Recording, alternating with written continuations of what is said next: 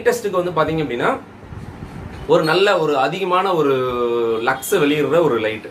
So நீங்கள் வந்து halogen light எடுத்துக்கங்க, இல்லை மெட்டல் ஹாலைட் லேம்ப்ஸ் எடுத்துக்கங்க.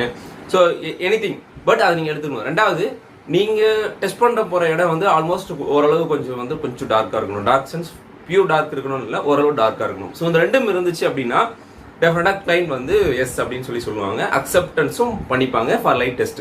ஏன்னா இப்போ டக்ட் இருக்குன்னு வச்சுக்கோங்களேன், ஃபுல்லாக டக்ட் இருக்குது. அந்த டக்டில் உங்களுடைய ஒரு எல்லா எண்டும் வந்து க்ளோஸ் பண்ணிவிட்டு, இப்போ நிறையா வந்து ஒரு சப்ளை கிரில்லாம் வருது அப்படின்னா அது எல்லாத்தையும் டம்மி போட்டு க்ளோஸ் பண்ணிட்டு ஒரு என்ட்ரன்ஸில் மட்டும் நீங்கள் உள்ளே கை விட்டு அந்த லேம்பை வந்து நீங்கள் உள்ளே ஃபிக்ஸ் பண்ணுற மாதிரி இருக்கும். டக்டில் வந்து மூவபிள் தான், அட்ஜஸ்டபிள் லைட்டை வந்து உள்ளே வந்து நீங்கள் ப்ளேஸ் பண்ணிவிட்டு ஆன் பண்ணிங்க அப்படின்னா அந்த டோட்டல் லைட் வந்து அந்த டக்ட் ஃபுல்லாக இருக்கும். ஸோ எங்கெங்கெல்லாம் வந்து ஜாயிண்ட் இருக்குது, எங்கெங்கெல்லாம் பெண்ட் இருக்குது, ஸோ அங்கே நீங்கள் வந்து கேஸ்கட் போட்டிருப்பீங்க, கரெக்டுங்களா? அந்த கேஸ்கட் வந்து மேபி